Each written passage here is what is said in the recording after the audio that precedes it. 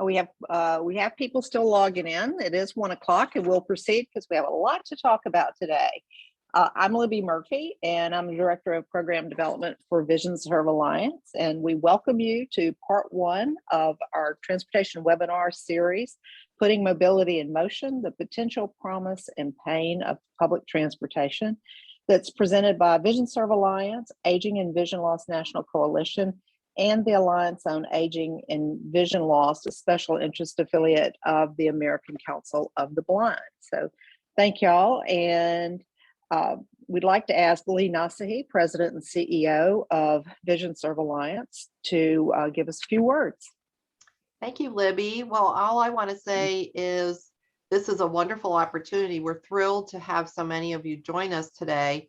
And really, I want to thank the Aging and Vision Loss National Coalition committee members, the Alliance on Aging and Vision Loss, and many of our coalition members for putting this together. This is what collaboration looks like, and we are thrilled. Lots of great things happening.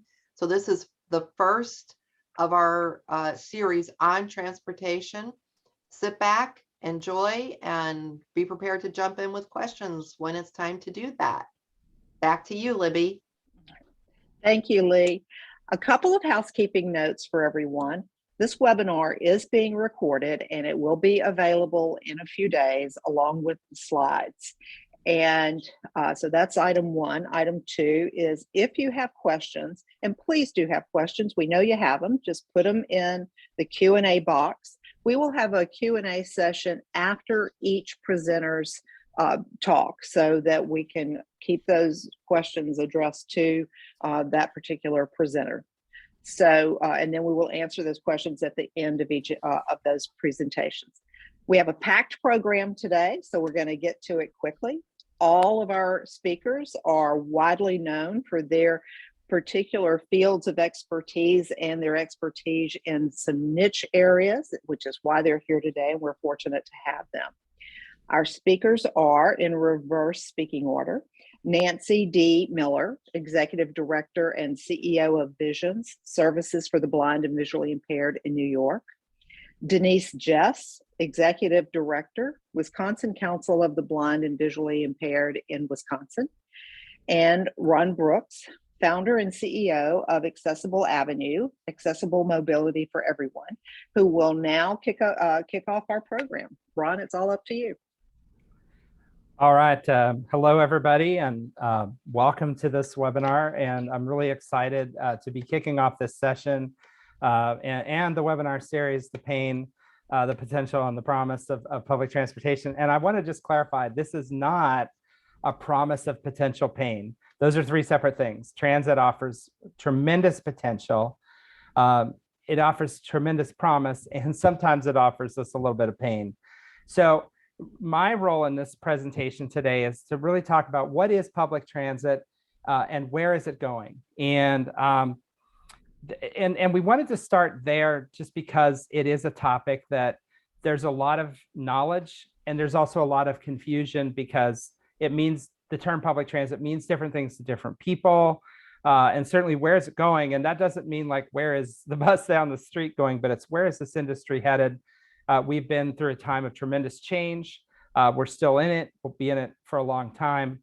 And things are starting to look a lot different than they used to. Next slide, please.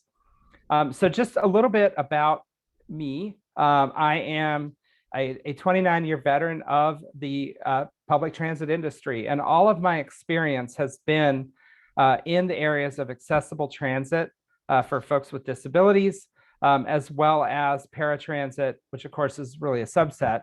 So I've been focused on this for my whole career. I started back in the Bay Area in 1993 working for BART, which is a regional rail provider in the Bay Area. And I was working on key station accessibility and trying to figure out how to make this system work better for folks with disabilities, including people who are blind or visually impaired. Spent a little time in South Florida, spent some time in New Mexico, a little bit more time in the Bay Area, over to Illinois for a while, and I've been in Phoenix now for about the last 16 or 17 years. Trust me, it's gorgeous here no matter what they tell you. And we have our family here. So So this is really home now, and we've been working pretty hard, on transportation here as well. 2 years ago, I created an organization called Accessible Avenue, which provides consulting and training services to the transportation industry, and that includes agencies, providers, and also some of the technology players that are starting to bring new products to market. A couple of weeks ago, I just started a new part-time gig with a company called Userve, which is providing on-demand paratransit in kind of like think Uber and Lyft, but paratransit. And that's one of the things we'll talk about, not so much Userve, but that model of service is one of the things that we're starting to see come into the paratransit space. So I have all that experience, but I also have a lifelong of lived experience as a person who is blind. So, I've got my huge stack of Braille notes that I'm not sure how I'll get through in the next 20 minutes. I'm living this dream with all of you all. I understand from personal experience the challenges of using public transportation as a person who is blind. Both in terms of just the challenges of actually just doing it, the way that it impacts our lifestyle, the choices that we're able to make.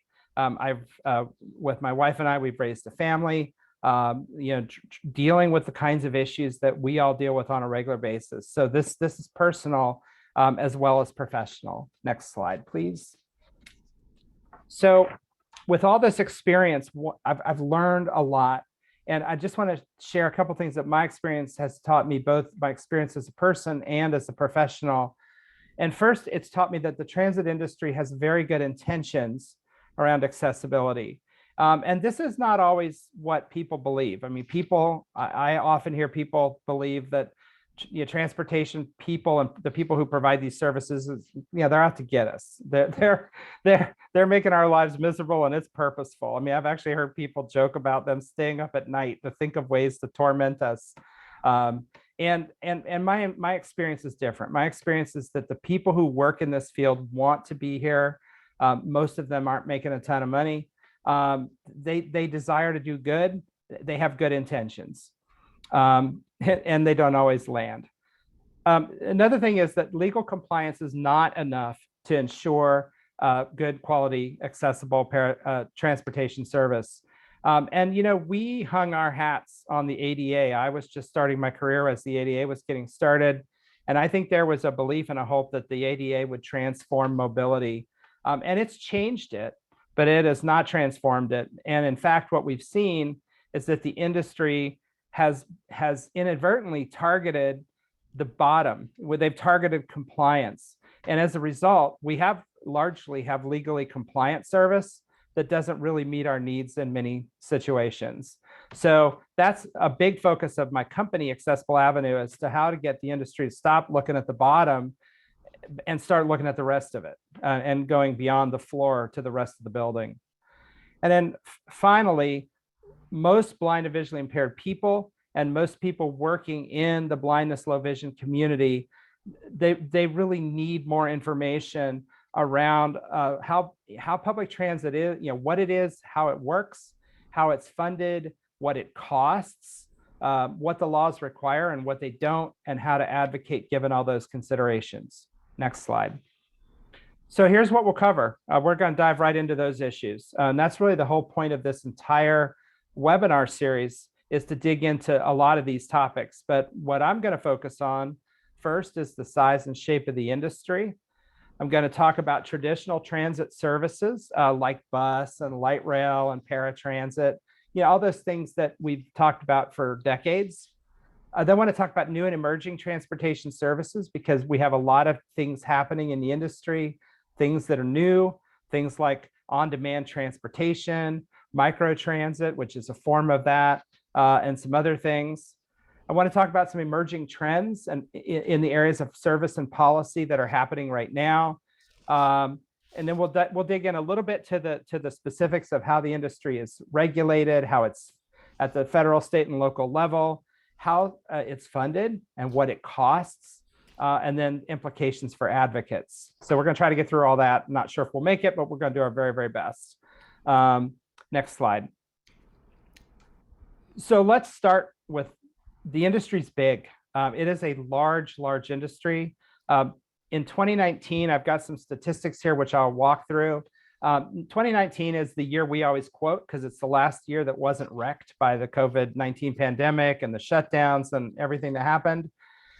6,800 agencies and providers delivered service with a workforce of more than 450,000 people. We delivered as an industry 9.9 billion with a B one-way trips. And we spent about $80 billion of money to do that. And those are huge numbers. Those, by the way, come from the American Public Transportation Association, which is the trade association that represents the industry with Congress and in terms of legislation and information gathering. So they are the voice of the industry. These are their numbers. And as big as those numbers are, the same data shows that 45% of Americans are not well served by public transit.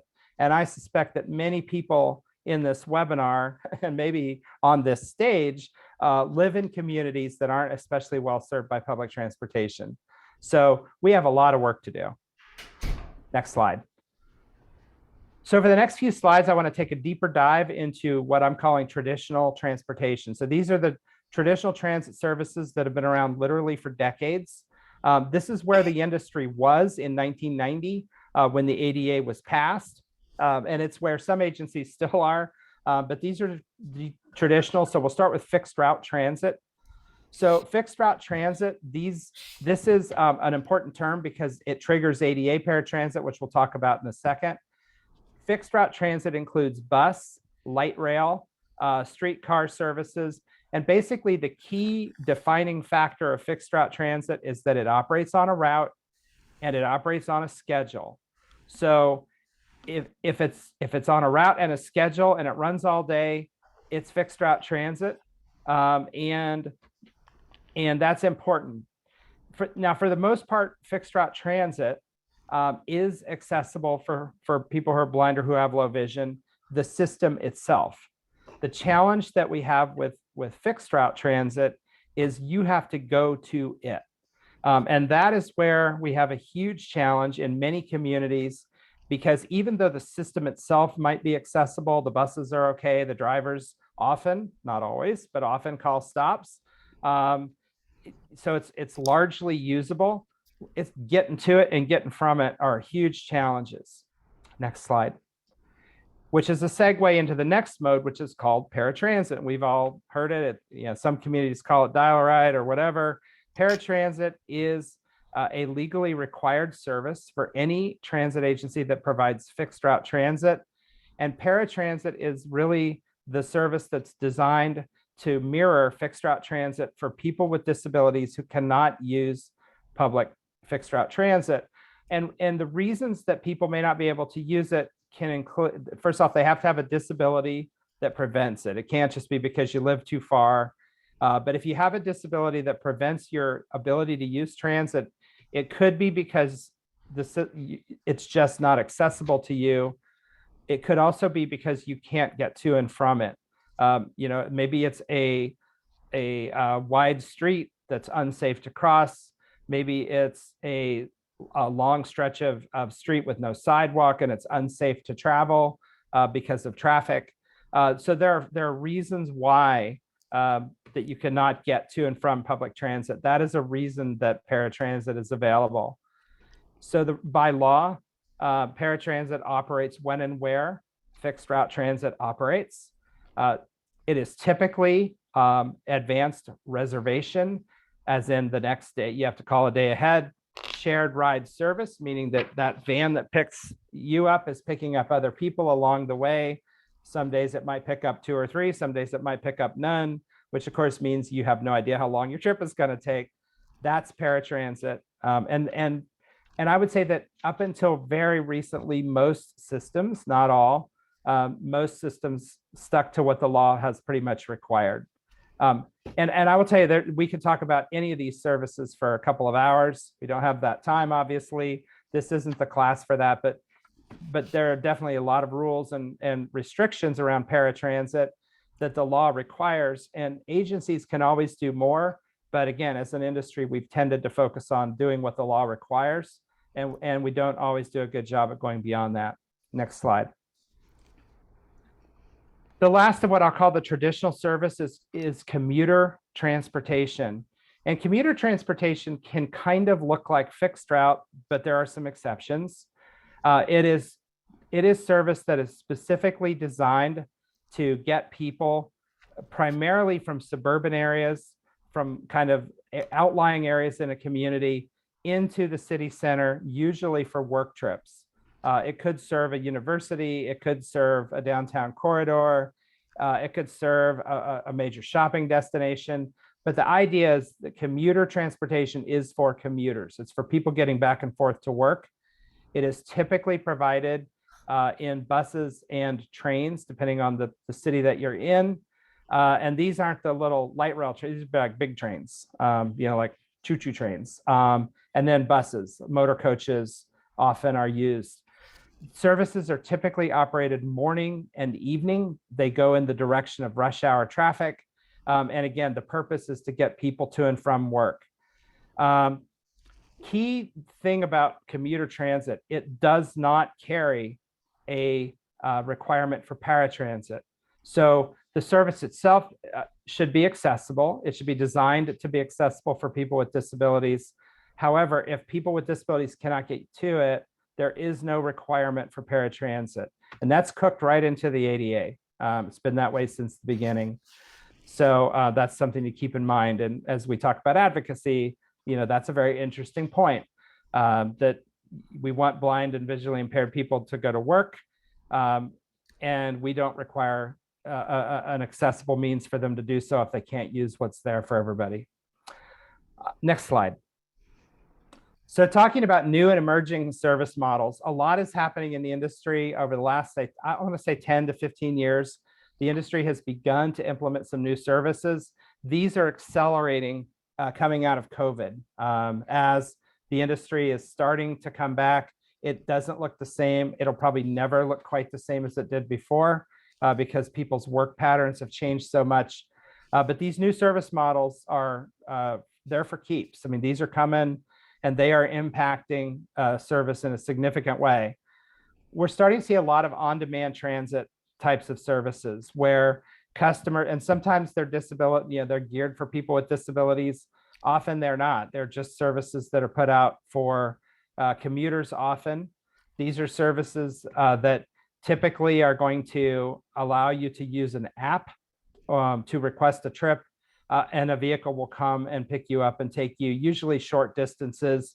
These are often services that connect people to rail system or to the bus system, but they're basically meant to extend the reach of transit into areas that have lower density, where there's people taking trips that are maybe not as frequent as regular bus service in an urban core.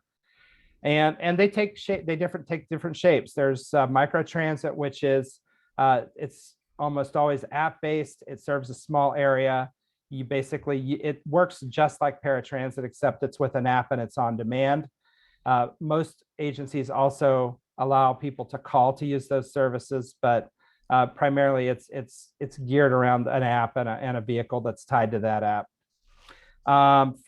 First and last mile solutions, these are typically grouped into services that are geared around a transit center or a park and ride lot or a train station. And very often these could take the form of a discount code that is in partnership with Uber or Lyft or both, where a customer gets off the train and they can use Uber or Lyft or a service like that and get a discount to go maybe up to 3, 4, 5 miles. So those are the kinds of services. We're also seeing bike and scooter rental programs that come along with public transit. Those are kind of ebbing and flowing. I think the industry is still trying to find its way with those services. So those are out there as well. Next slide. A couple of things about these new models. They are largely not regulated by federal law. I mean, they have to be accessible. They have to meet certain requirements, but they're not. They they didn't exist when the ADA was written, so they're not covered specifically by ADA other than the agencies can't discriminate. So all of the decisions about these services are made locally. Fares, service policies, when and where they operate, all those things happen locally. There's no accompanying requirement for paratransit for any of these services at all. So, and that's important because as we come out of COVID, we're seeing more and more of these services, and we're seeing less and less traditional service, which means that the paratransit obligations are shifting. So it's important for advocates to be paying attention. Next slide. So just some trends, and I know I'm running tight on time. So just a couple of trends here.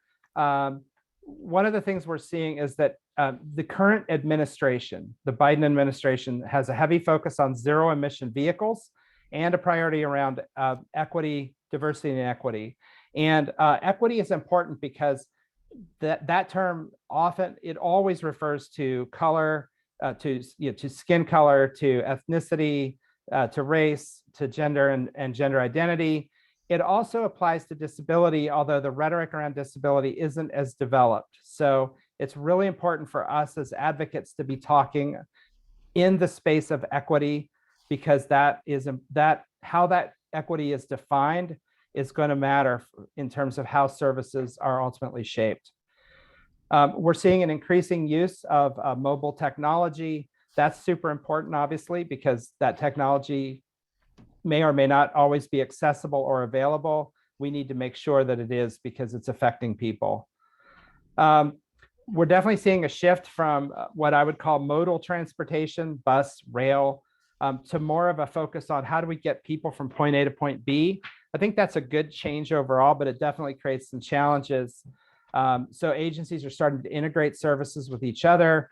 They're starting to look at the journey that a person makes, as opposed to, how looking at their trip on a bus or their trip on a train. They're looking at their whole trip and trying to figure out how to make those work better.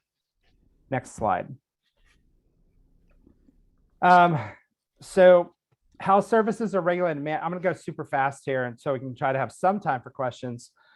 Federal laws, and I would say this is also true on the next slide for state law, is often focused around regulating minimum requirements.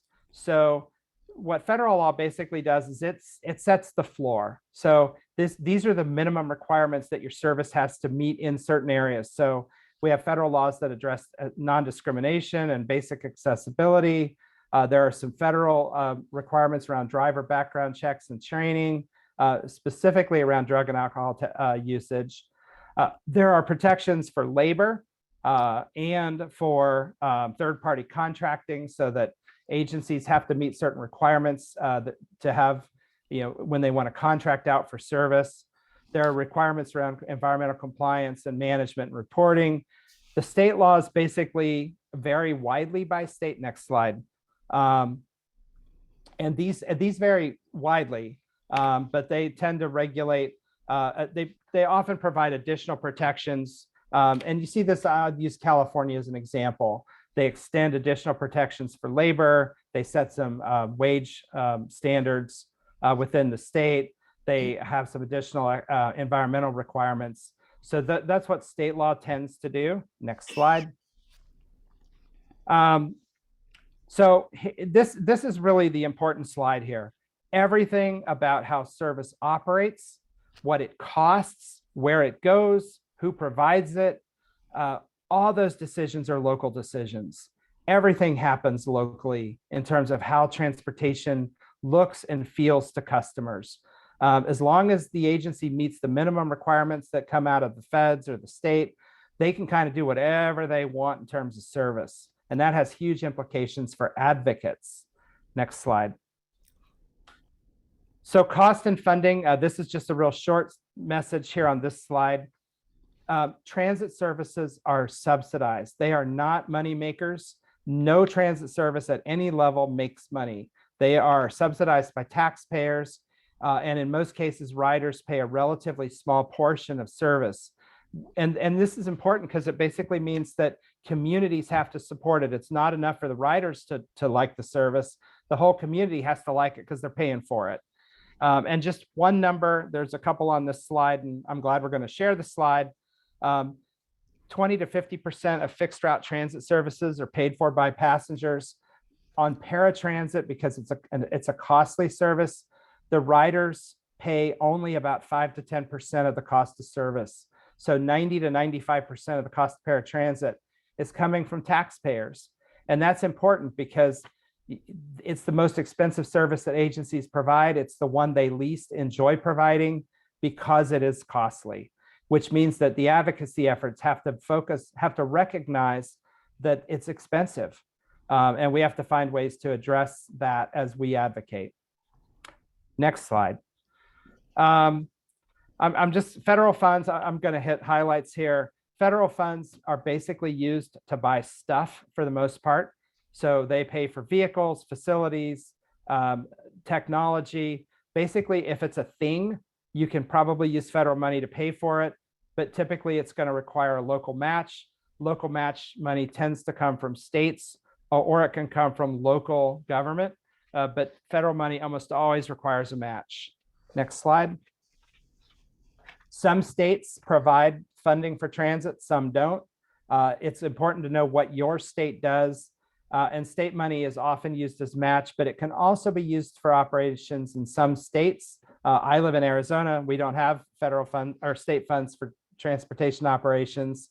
Some states do, but that's something that advocates can definitely take a look at. Next slide.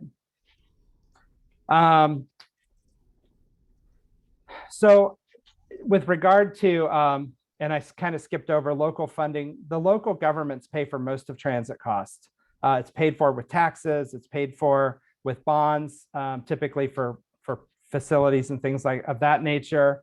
And it's paid for with revenues that the agencies are able to come up with, and of course, passenger fares, which means that most decisions are made locally and most money is paid locally. So local advocacy, again, super important. On this slide, and we should be on slide 20 now, implications for advocates. At the federal level, advocacy should probably really just focus primarily on making sure that the federal laws and federal funding are designed in such a way that that our interests are protected and that minimum standards cover the things that we need them to cover. At the state level, I think advocates there's a lot of room to kind of work on different things, but one of the things that state advocacy efforts can do is to try to address things that cannot be addressed federally. One example I would give is paratransit rules. It's going to be very difficult. For example, paratransit, you're allowed to charge a customer twice as much to use it. I have concerns about that from an equity standpoint. That's not going to get solved at the federal level anytime soon, but a state could certainly pass a law to say that there has to be fair equity between paratransit and bus transit, for example. Those are state level efforts. Next slide. This is where the rubber hits the road, local. Advocates at the local level, this is where you have the most impact and where the most work needs to be done. Advocating for what does the service look like? What should it cost? How should it be paid for? How is it going to be delivered? And what are the long-term funding priorities that our region needs to be addressing? Those are all local questions, and that's where the community needs to be focused and engaged. And this is my last slide with content. These are just other efforts that local advocates can take on, attending meetings and speaking up, serving on boards and committees, and not just the accessibility board, but also, boards and committees that actually oversee the service and make decisions and funding and all that sort of thing. Finding partners, we're going to talk about that in one of the other webinars in this series. Coming to the table with solutions and not just problems. And then obviously partnering with the agency to try to find money and try to address challenges that the agencies have as we work to address the challenges that we have. So that's it. My last slide is a question slide, and I don't think I probably left any time for questions, but we'll get to as much as we can.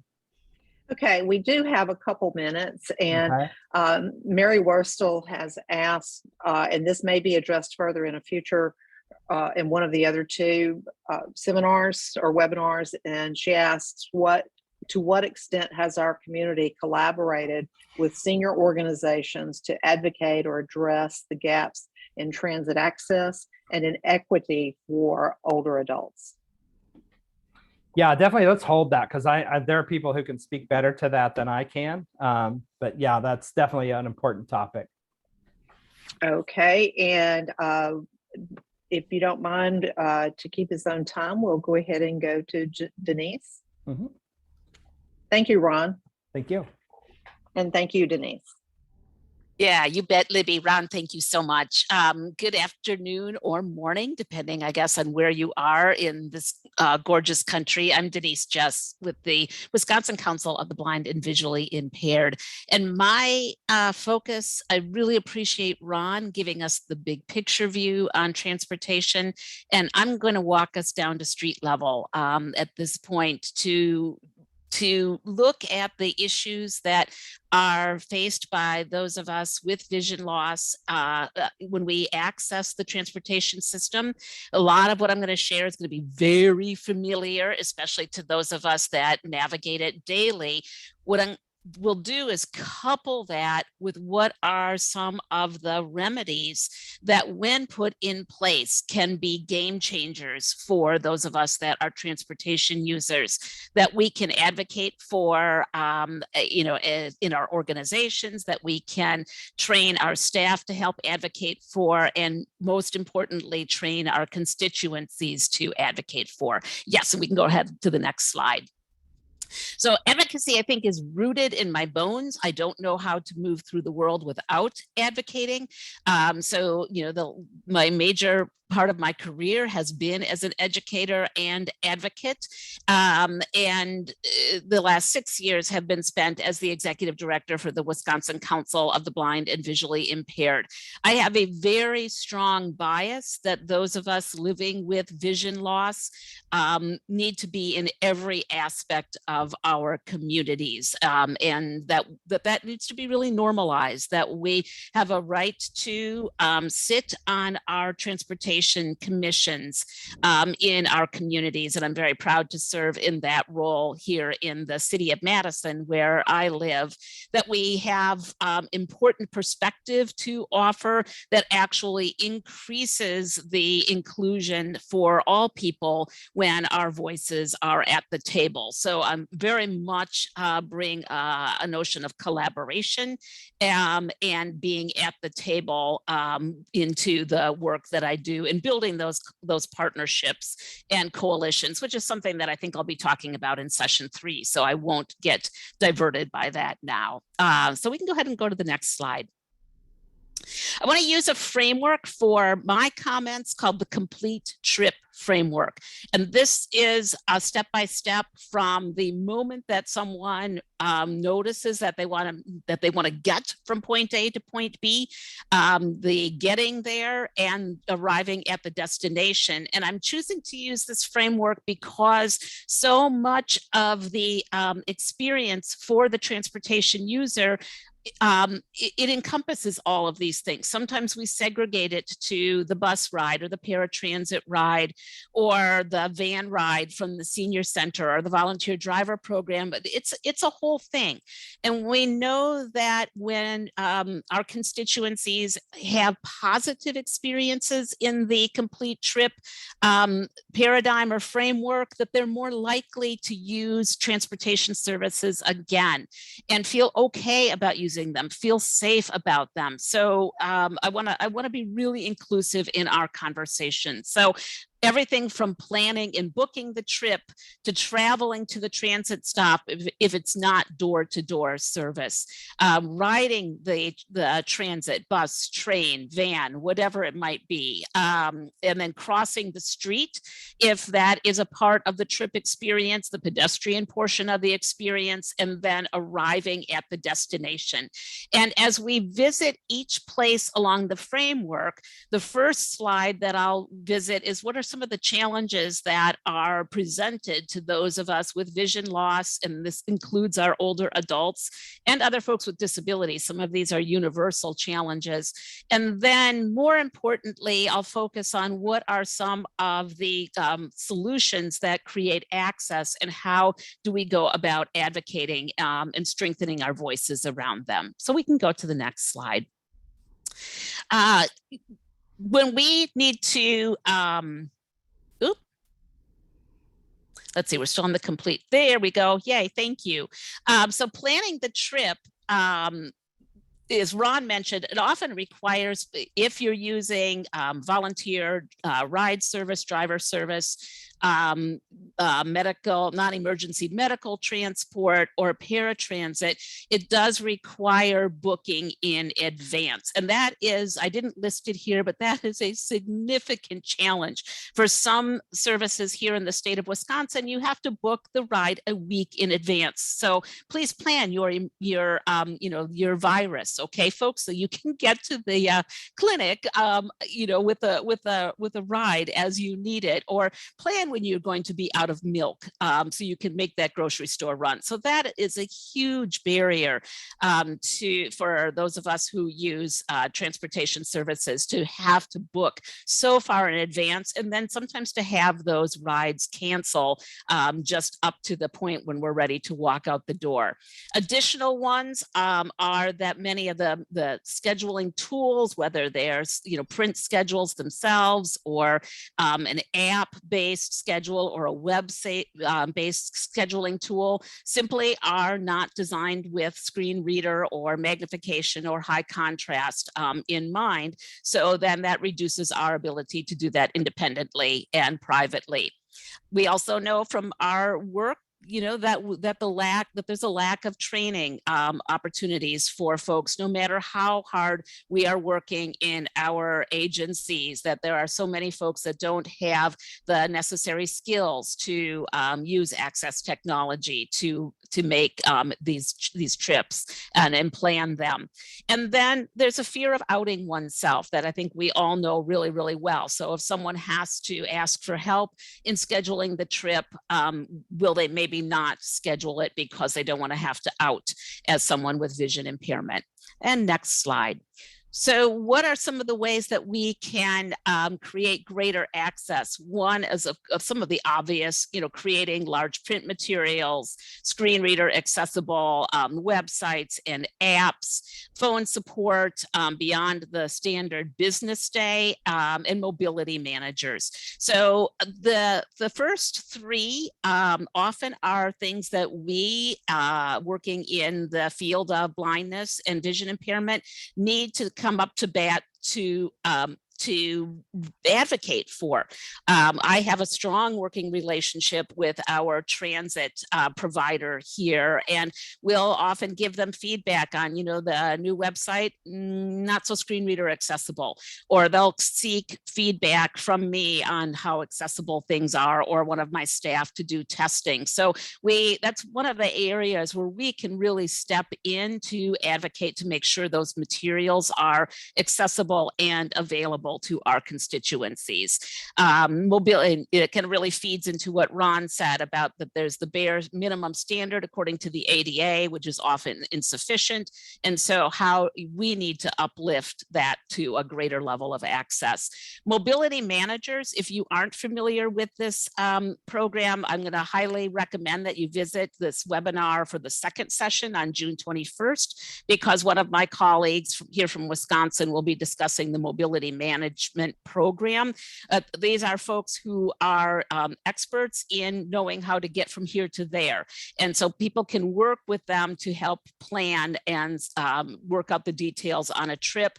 They're often based at our aging and disability resource centers or other human service organizations, and they are invaluable tools. And there's a lot you'll learn next week about the Mobility Manager program. And we can go to the next slide. So now I've got my trip booked, and I need to, if it's not door-to-door service, I need to get to where I'm going to pick up the bus or the train or even the van if I have to meet someone someplace. And the wayfinding is intensely challenging, as we all know. So getting to from home to the departure location or the transit stop, and then locating the actual transit stop on the correct side of the street. Here in my area, buses often make loops, and I will tell you that it has been on more than one occasion, even as a very skilled transit rider, that I have gotten on the wrong loop, and I've had to go out to the edge of the community and then come back in, which has added time to my trip and maybe has made me late for perfect, thank you. It made me make me late for my appointment. So how do we address these challenges? And we can go to the next slide. Phone support is really, really critical. Recently, a number of bus stops in our university campus area were under construction, and I wasn't sure exactly where they had been diverted to. So I was able to call phone support with our transit operator and have a very calm and supportive person on the other end of the phone give me the information that I needed. I let her know I, was visually impaired and that I would need some extra guidance. She stayed on the phone with me as I crossed a major busy street and made it to the rerouted bus stop. So that phone support, again, as advocates, we may need to be on our transit operators about that phone support, really asking them to even have extended hours. People don't stop using transit at 4 o'clock in the afternoon. So how can that coverage be there? Travel training is really critical in our community. The buses have been the network has been completely redesigned. That redesign will go into effect next year. So I'm highly involved working with the transit operator to build in travel training. Travel training is different than O&M, so I want to differentiate those, but a travel trainer will help someone learn the route from departure to transit stop, and then learn how to ride the transit, know how to get off, know what they're doing when they get off. And that training is really critical. Not all communities offer it regularly. So advocacy there for sufficient travel training, really important. Using bus shelters or notable markings for the transit stop, really critical. In many communities, the transit stop is marked by a sign. And when you cannot read the sign and it's just simply a pole, you don't know if you're standing under a no parking sign or a transit stop sign. So again, this is where our advocacy comes in handy to ask that those be notably marked. Bus shelters are excellent because they also provide shelter, but they're a physical structure that cues me that I'm actually at the transit stop. And then working with our transit providers so that they know that we are out here and can offer more specific orientation and mobility training. We can go to the next slide. We're on the transportation. There are again some challenges for the rider with vision loss. Boarding the bus, the correct vehicle.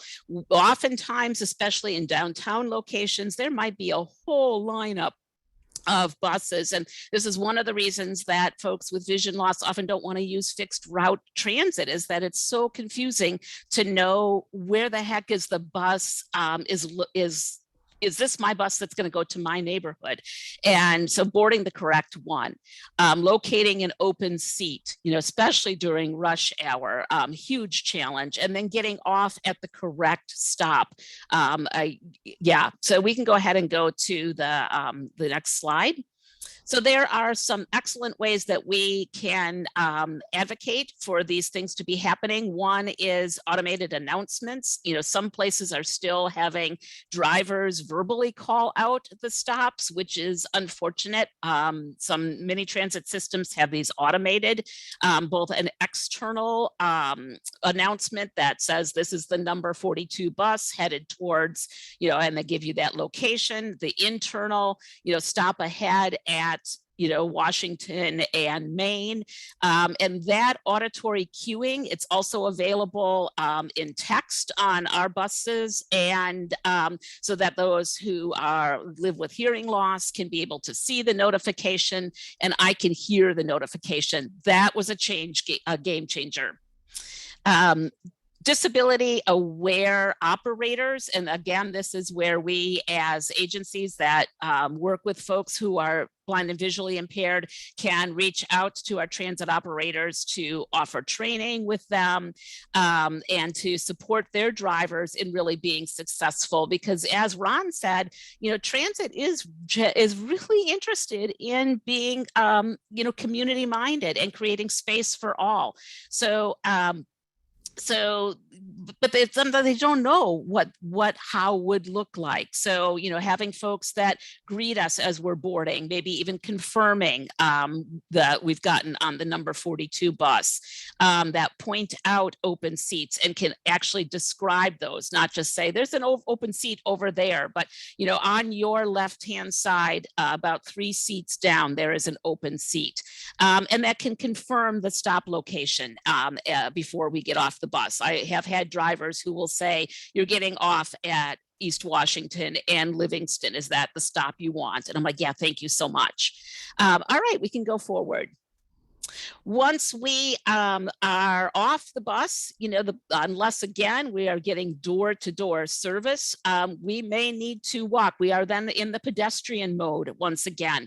And as we know so well in this crowd, that crossing the streets is one of the most dangerous things that we do as people with vision loss. And, particularly many of our elders really are, it's terrifying to cross the street. So of course, good orientation and mobility training makes a big difference here. But even as someone who has excellent mobility and orientation skills, street crossing still makes me incredibly nervous because there's a lot in that environment I cannot control, primarily those who are operating the motor vehicles. We can go ahead to the next slide.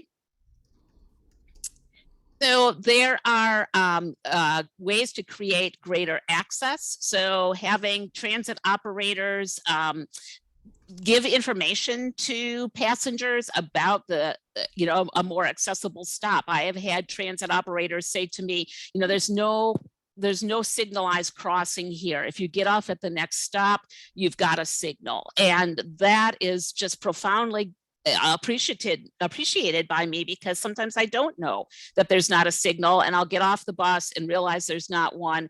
And so then I walk to the next corner to see if there is one, and maybe there's not. And now I've lengthened my trip. So that's a thing that transit operators, we could advocate for that in our training with operators. Communication between transit and traffic engineering is really critical. The Transportation Commission that I serve on in my community, we intersect with transit, traffic engineering, and street design, the engineering folks that do our street design. And we're always in communication with each other to say, that particular intersection is a high risk intersection. We've had, fatalities at that one. So, let's not put a bus stop right there. Or if we do put a bus stop right there, we need to signalize we need to signalize that intersection, and even better still, we need to put an accessible pedestrian signal in. So again, focusing on and enhancing those collaborations among the people who are the players is incredibly critical. And then the pedestrian features, and this is where our advocacy can come into play again, is working with our public works departments to put in pedestrian roadway features that are going going to increase the safety of the pedestrian experience, like truncated curb cut ramps, and the curb cut ramps lined up properly with the crosswalks, accessible ped signals, sidewalks that actually connect destinations instead of sidewalks to nowhere. And we can go to the next slide. Once we arrive at the destination, it's not over yet. So we need to manage wayfinding from either the vehicle or as we're walking up to the building, and wayfinding to get into the building, the correct entrance. And then of course, wayfinding once we're in the building, that locating of the actual entrance, the proper one to the building, and then internal wayfinding. So sorry about that. I just repeated myself. So we can go to the next slide. So some ways to create access around this with door-to-door service is positioning the vehicle for easy transition from the vehicle into the appropriate entrance. I applaud our paratransit operators when they are bringing my colleagues or our constituents to our office, the ones that pull the vehicle up, create a shorter distance between the vehicle door and our entry door, and then they offer sighted guide if someone would like that. They come to the door when they are to pick someone up, and they offer sighted guide again. They're properly trained in it. Not all of our paratransit drivers do this. One company does it far better than another. And so we know that we have an advocacy and training opportunity to help have more consistency for our paratransit drivers in how they offer that door-to-door service. And then again, this is where travel training and O&M are incredibly critical, so that one can enter the move from the vehicle to the building safely and use internal wayfinding. And we can go to the next slide. So this is nearing the end of my time with you, and we'll create some opportunity for questions as well. So I want to close with one of my most favorite Helen Keller quotes, because this transportation, I will say, is complicated. And one size does not fit all. So here in Wisconsin, we have rural transportation, we have tribal needs, we have suburban transportation, we have urban transportation needs, we have pedestrian and bike needs, and we have cross-municipal transportation needs. So it's a complex problem to solve, and requires collaboration and not a single solution. So Helen Keller, her words really resonate with me in trying to parse apart and work towards more equitable and accessible transportation. Alone, we can do so little. Together, we can do so much. So I will pause here and create an opportunity for questions if there are some living out there. I heard a few in the chat, one about the slides. Yes, the slides will be made available after the presentation so that you all have access to them. Are there any other questions living out there that have come into the chat box, Libby, or the Q&A box? Yes. Yes, in fact, we appreciate Melody Holloway from Columbus, Ohio, who joined us today, and she has several wonderful questions, and I'll go through them quickly because we may not have time to address them all. And her first question is, she uses same-day U-Serve, which is phenomenal for those who can afford it. If we need to travel over 2 miles with payment deducted from a credit card, how can those of us forced to remain living on fixed income afford an on-demand paratransit service? Yeah. Yeah, this is where Ron's words around equity really hit home for me. I know I'll be back. I think I'll be back at the third session to talk about some of the coordinated efforts around equity, and I can address that question even more there. But right now, the system is set up that those of us who have economic privilege, and I happen to be in that category, I can pull out my phone, I can call for a lift. I can get that lift to the meeting I need to go to. I can be on time, and I have the $12 that is required for me to pay. My colleagues don't all have that, and my friends don't all have that. It's a major issue about service delivery for those of us who have economic privilege and those of us who do not have economic privilege that we need to really work on. Okay, so then another question is that given that drivers are overworked and some routes are scheduled illogically, and riders have trouble with availability and affordability of paratransit, how feasible are multiple stops so that we can accomplish multiple tasks? Yeah, and it really depends on your transit provider and what funding pool that ride is coming from. So if you are using, for example, non-emergency medical transportation, the grocery store is not an option. So it's to the doctor, it's back from the doctor. If you're using work-related transportation, it's to and from work. And here in Wisconsin, we have set up a system that is rooted in failure because we pay for our transportation based on the funding pot that things came out of. So multiple stops generally is not permissible. And so some of the coordinated efforts that I'm working on a state level are really trying to look at how, given the constraints of the funding, how can we do multiple stop transportation that actually meets the needs of the human being who has to go to the doctor and get groceries and go to work. So Libby, no answer, but it's yeah. Ron, do you want to pipe in? I do, and maybe we can hold this till the general because I don't want to eat your time. But this is there is more to be said on this topic. There's stuff happening in this area, so I'd be happy to jump in a little bit. Good, thank you. Thank you, and I'm sorry we couldn't get to all of those questions. And Judy Shanley has asked a question that, Judy, if you don't mind, I'm going to hold that off until the Q&A session for Nancy D. Miller, because this is one that I believe that all three of our panelists can address. So Nancy, thank you for joining us today, and it's all yours. Thanks so much. I'm happy to be here. I'm the Executive Director, CEO of Vision Services for the Blind and Visually Impaired, which serves all of the southern part of New York, but I happen to live in Jersey City. Jersey City is a suburb of New York City, and I happen to live in an area of Jersey City that is called a transit desert. So basically, I am in an area where if you can't afford a Lyft or an Uber, there is no public transportation within at least a mile of where I live. So I was thrilled several years ago.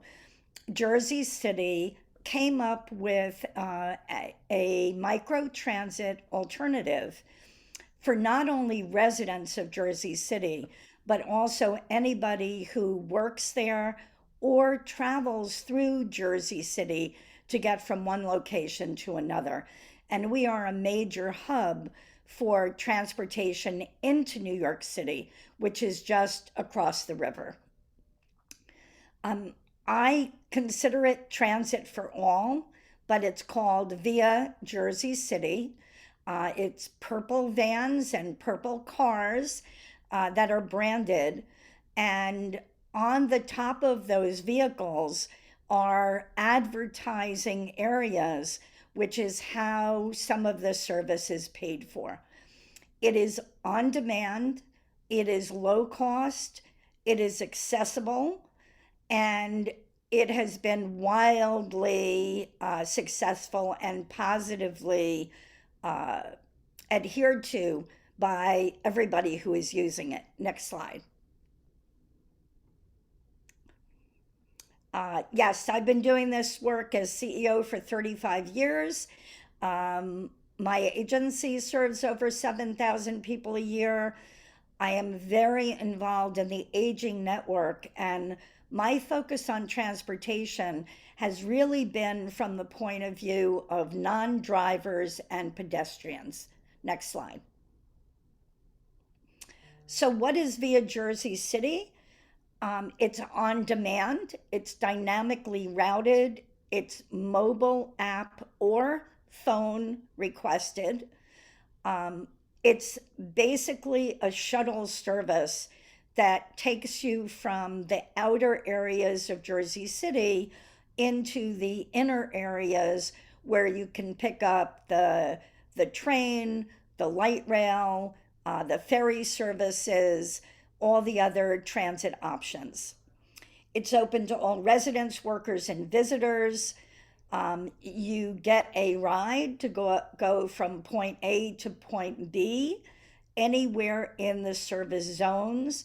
And as I mentioned, the priority is given to people who are going from an outer zone to an inner zone, which is the downtown area with the rich transit options, or vice versa, getting off a train or transit or light rail or ferry and then being able to get home or to work.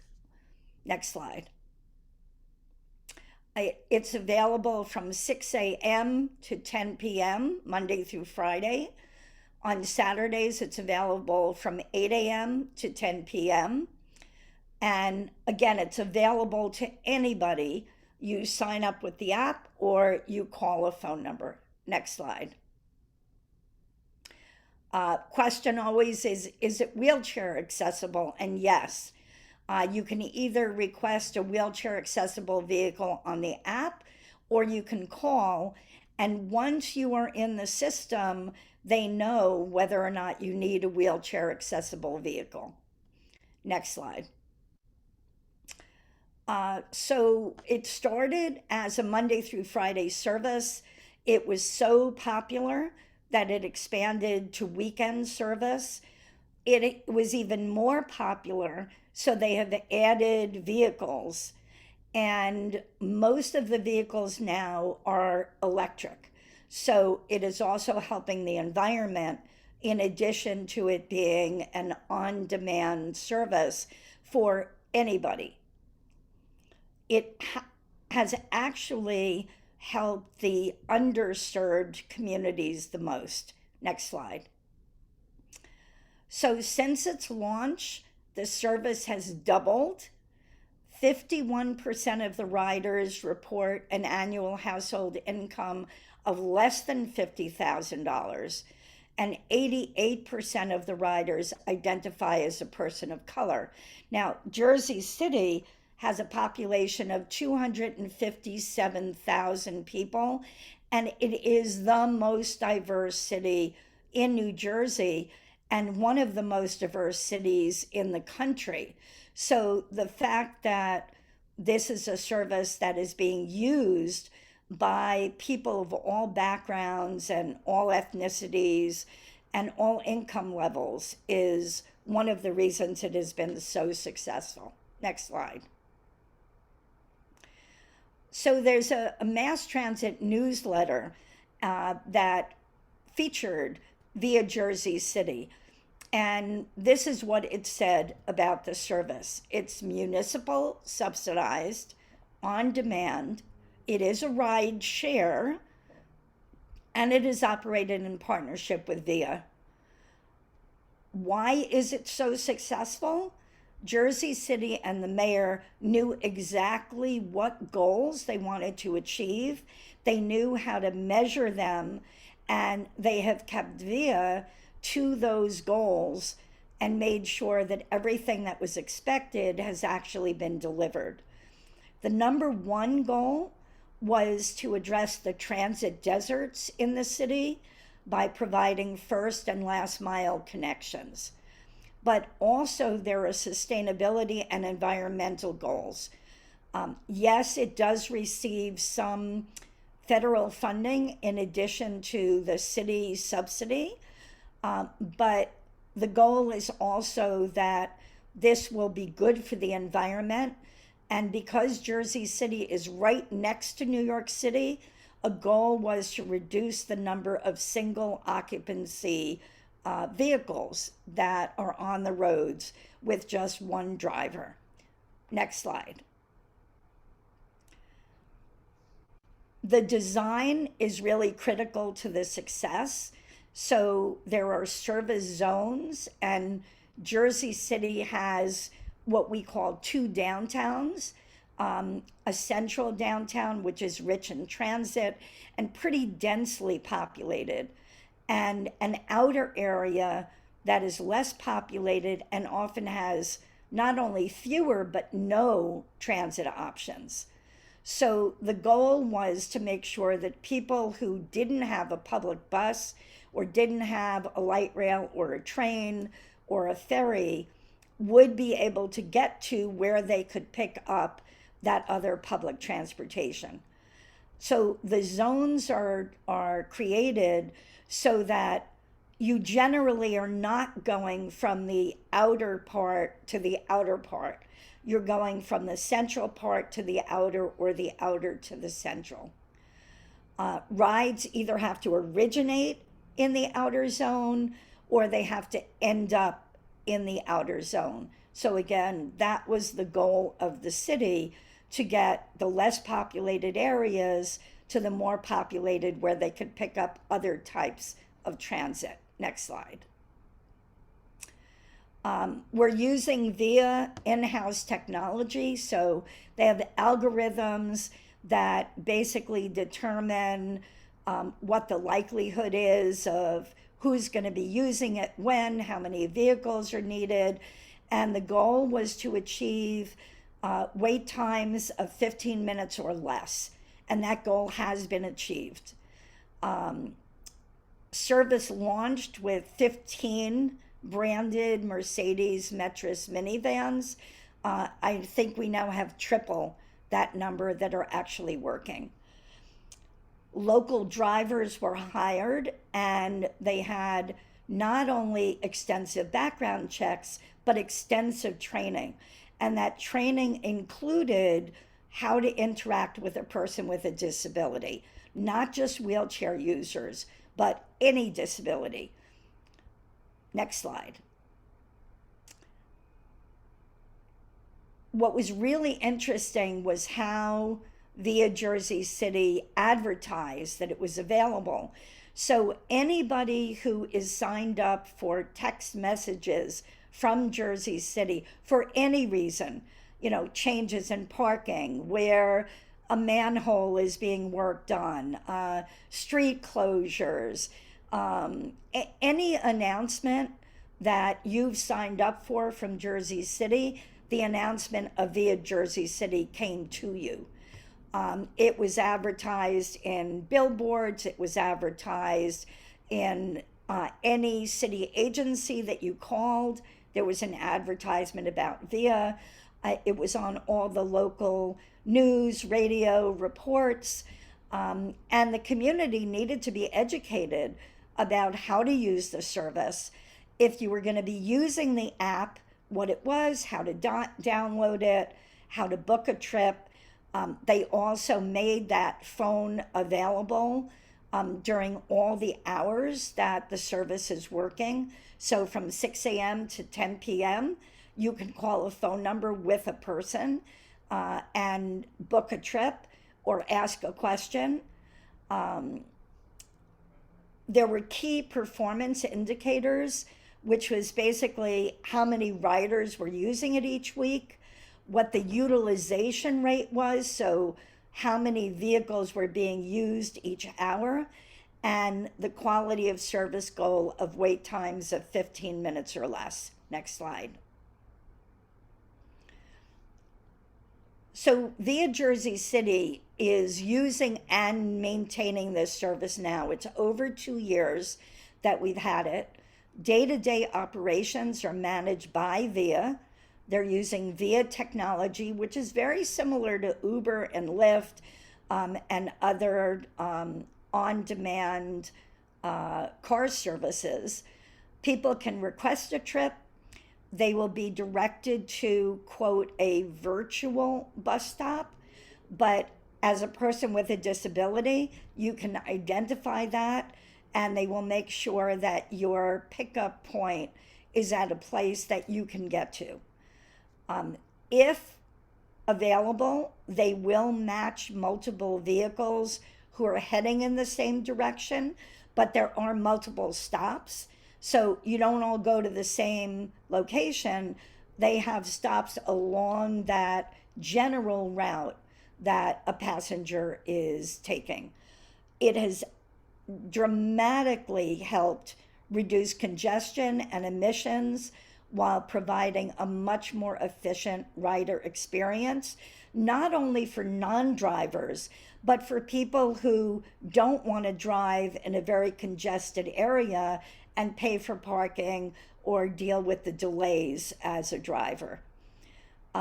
Riders can pay their fares directly to VIA, and the city subsidizes the rest of the cost. Next slide.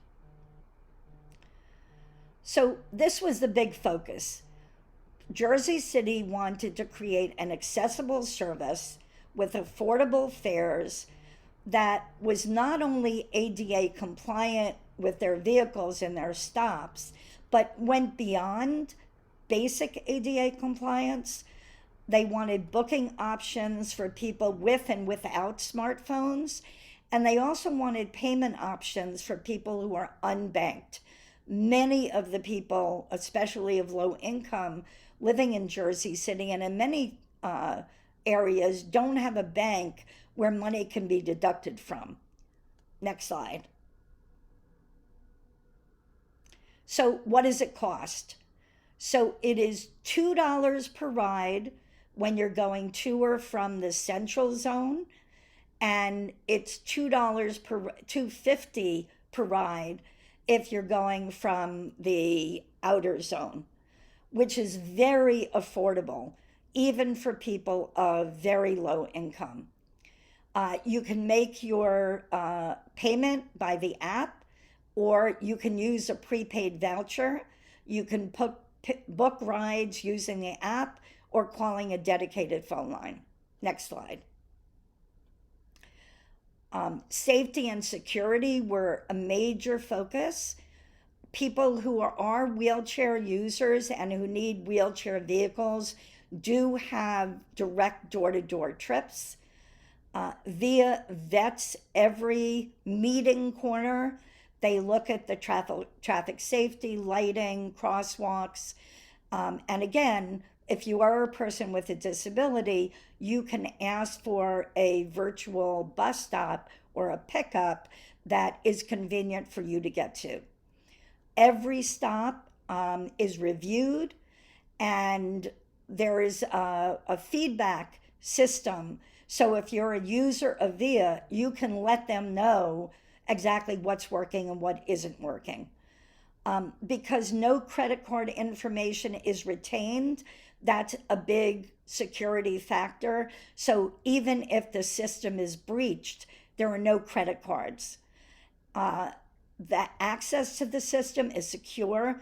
It's password protected within the back end system of VIA. Next. So VIA is managing and maintaining the fleet. It will be fully electric by the end of this year.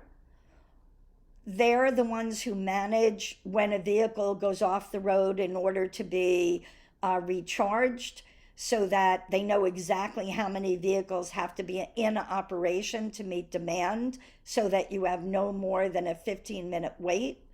They develop all the optimization algorithms. There has been strong demand, and VIA's technology has ensured a very efficient system and very good vehicle utilization. And it is absolutely fulfilling the goal of providing better transit connections to those who need it most. Next slide.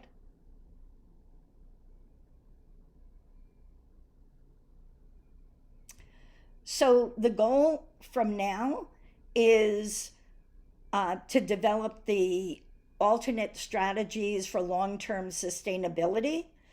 So advertising in and on the vehicles has become a significant revenue stream.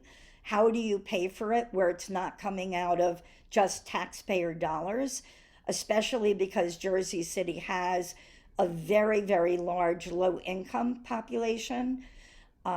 Jersey City and VIA collaborate to identify and pursue any transit grants that are possible, whether it's state, federal, private, and that has brought in funding to, again, keep the fares very low and also to keep the taxes low on the Jersey City residents.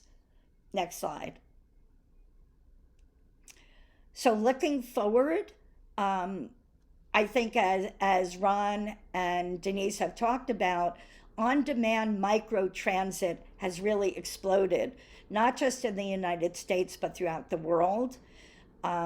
Transit planners and consultants regularly include microtransit in network redesign projects. Because this has been such a positive experience for people using via Jersey City, the assumption is that this is only going to grow. And Jersey City is sharing its data with anybody who's interested. They also have a dedicated administrator in the Jersey City administration who will talk to other communities and municipalities about what Jersey City is doing, all their metrics, why they chose VIA, how it's working, what the experience has been, both from the rider perspective and also from the city perspective.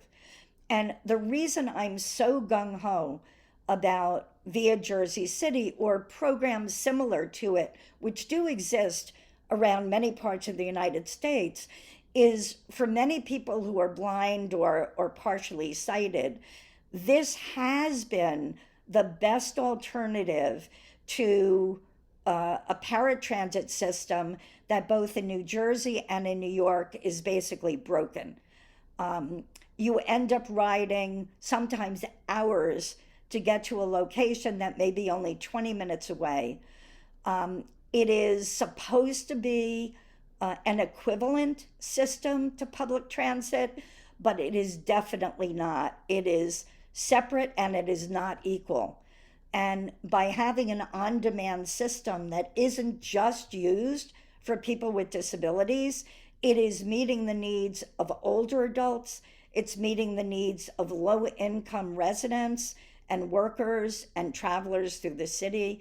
It's meeting the needs of people with disabilities, with all types of disabilities. And frankly, it's helping the nonprofit agencies that function in Jersey City, where a participant in their program doesn't have to be picked up by a nonprofit's van to get to the center. They can take the VIA transit, which is very reliable, very secure, very safe, which means that monies that nonprofits are paying for travel now can be deployed on increasing other types of programs. So I am a big believer in microtransit.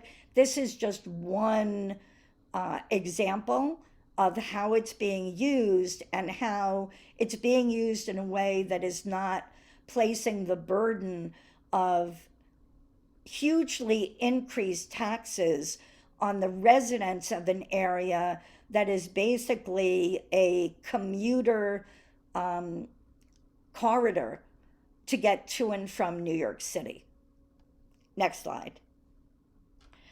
I'm happy to answer any questions. Okay, thank you, Nancy. And Judy had earlier asked a question, and she was very kind to allow us to defer it to this point. And her question is, I sometimes think there's a silo between the people addressing paths of travel and the transit stations. And y'all all talked about partnerships. So what are y'all's suggestions regarding how to improve these relationships? So this is Ron. I'll start. And One of the things that I would say is, and I really hope we have time to dive back into equity, because we all talked about that as well. And I think it's something I really want to get this group to think about. With regard to this partnership, there is work being done, a little bit of being done in the industry. The industry has had some conversation around the topic of wayfinding. There are pilot projects that have been done around wayfinding. There's a project at WMATA in Washington, D.C. To put some wayfinding technology into some of the train stations in the DC area to test it. There was a pretty well advertised pilot by the transit system in San Antonio, Texas, using QR codes from a company called NaviLens to try to create some wayfinding assistance. One of the big challenges that you have is that the pedestrian environment often lands under city government, and transit services operate under, in some cases under city government, but in many cases they operate under their own authorities. And they don't always, their funding isn't always the same. They don't always have the same decision-making metrics. They don't share the same problem. And so the challenge is, and this is where coalitions are important. It's where local advocacy is important. It's really important to get transit agencies and local governments to recognize their shared concern, and to try to get them to focus on that issue together. But I do think that on the technology side, there is work being done. It's just a question of getting a few more use cases. And I think also getting some more technology growth. A lot of these technology players in the wayfinding space are new. Their technologies are still being developed. In many cases, they're partial solutions. And in my opinion, at least, we still don't have a really good, robust, full scale wayfinding solution that works for the whole complete journey that Denise talked about.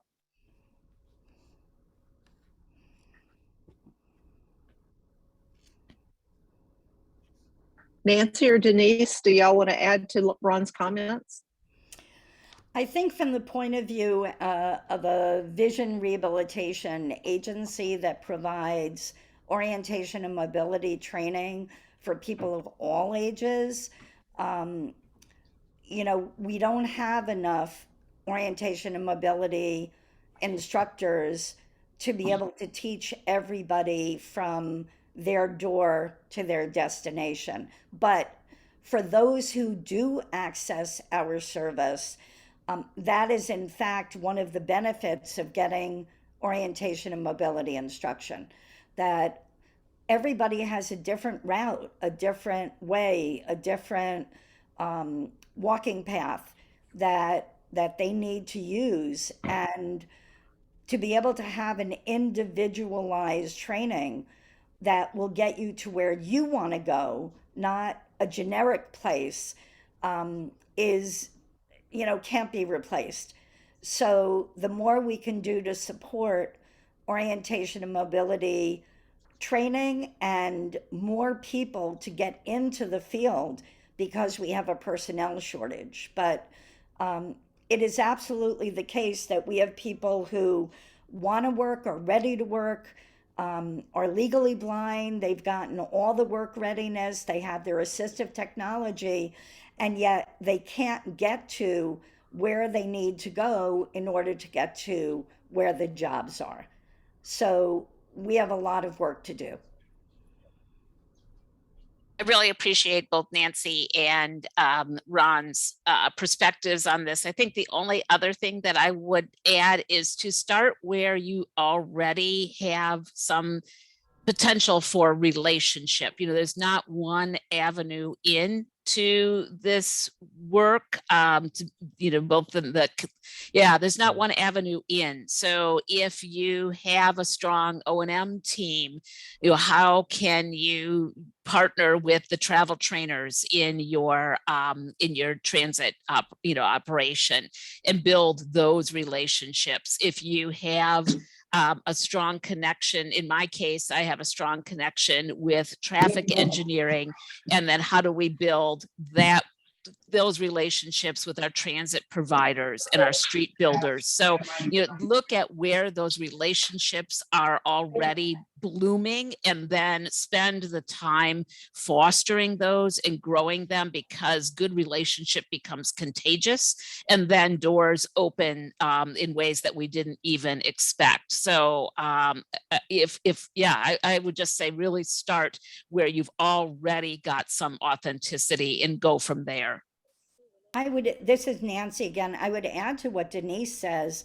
We've been collaborating with traffic safety around pedestrian safety. And rarely do they think about the blind population as travelers. They have all their materials available, and none of their videos are narrated. They have print materials that are not in large print. Their websites aren't always accessible. So you can enter the system in so many different places. I know that was a question, but traffic safety, pedestrian safety, if you have a state disability officer or a city disability officer, they can often be your partner. We work very closely with our state office on the aging, because the very issues that the blind population is dealing with, many of them are exactly the same as the older population, and it doubles our voice. But we've gotten to the point where somebody from the aging network will bring up vision, and somebody from the vision network will bring up aging, because we're constantly advocating together. So wherever you can enter your system in your locale is the right place. Yes. Thank you, everyone. And we appreciate all of you who signed in for this webinar. And again, it has been and is being recorded and will be distributed, as will the slides. You can see here that included in the slides are a list of contacts. So you will have this information in case you want to reach out to Ron, Denise, and Nancy individually or collectively. And we also had a question about if we would be able to continue these discussions beyond webinars. And my answer to that is we welcome people to work with Vision Serve Alliance and our collaborators as we work on this issue. There's more to come about this. We have 2 more webinars. Helen, if you'll advance to the next slide. So the next webinar is on Tuesday, June 21st. And if you haven't registered, you can certainly register for that one, and the one on June 29th, where you'll hear more about this. But Sheila is absolutely correct that this topic is far bigger than 3 webinars. So my name is Libby Murphy, and you are welcome to email me, and I put my email address in the chat. If you are interested in volunteering to become more active on this issue and building your own networks. So thank you, everyone, for joining us, and we look forward to seeing you on June 21st.